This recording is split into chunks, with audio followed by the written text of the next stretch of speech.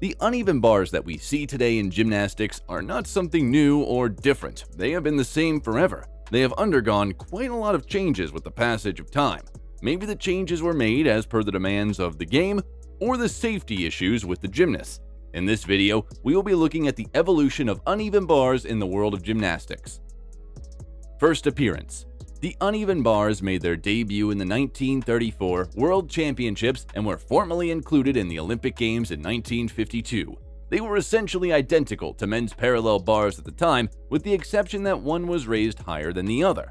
An athlete would be able to touch both bars at the same time and frequently switch from one to the other. The evolution of bars. With the inclusion of the uneven parallel bars as a legitimate gymnastics event, routines and scoring have become more standardized. The gymnast must use both bars in a 30-second performance, doing no more than 5 moves consecutively on one bar. Brief pauses or stops were permitted inside the routine in the 1960s, but these breaks have since been deleted, and routines are intended to be continuous. Gymnasts must also perform a minimum of 2 airborne skills. Performers start with a perfect score and lose points based on things like form and difficulty level. Nadia Comaneci was the first gymnast in 1976 to get a perfect score of 10 on the uneven bars. Well, she was the first one to perform, but tell us guys, do you have a favorite athlete on the uneven bars?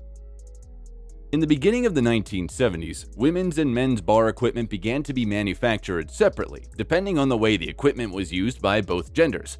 Men and women no longer competed on the same piece of equipment.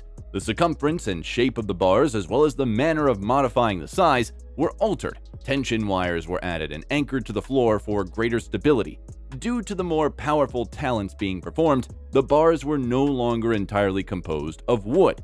Instead, the uneven bars started to be constructed of fiberglass and wood and attached to a springboard. According to Dan Gutman, author of Gymnastics, the typical width is 94.5 inches, and the long and short bars extend 7.5 feet and 5 and 6 feet.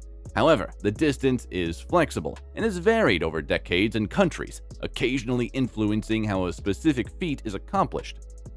The distance between the uneven bars is also affected by the gymnast's size. These changes in equipment positioning have been reflected as the average age of professional female gymnasts has decreased over time. So, as the gymnasts began to accomplish more and more intricate release techniques toward the end of the 20th century, it was the reason why the bars began to drift apart. And because of this, most bartending abilities acquired prior to the 1980s are now obsolete. The bars are still widely apart today. Reasons for evolution. All the changes that have been made to the uneven bars were solely because the sport of gymnastics was also evolving, as were the gymnasts and the way they performed the skills. The uneven bars are a difficult event. It differs from the others in that it is performed mostly with the hands and arms. Many gymnasts struggle with the bars. There is also a lot of fear associated with learning new abilities. For release moves, the margin of error is extremely narrow. Working on new skills on bars requires more time than any other event to be able to accomplish them consistently.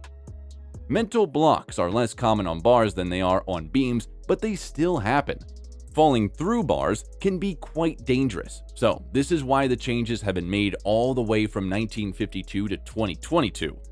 So, that was all from this video. I hope you all liked it. Share your thoughts about the video in the comments below.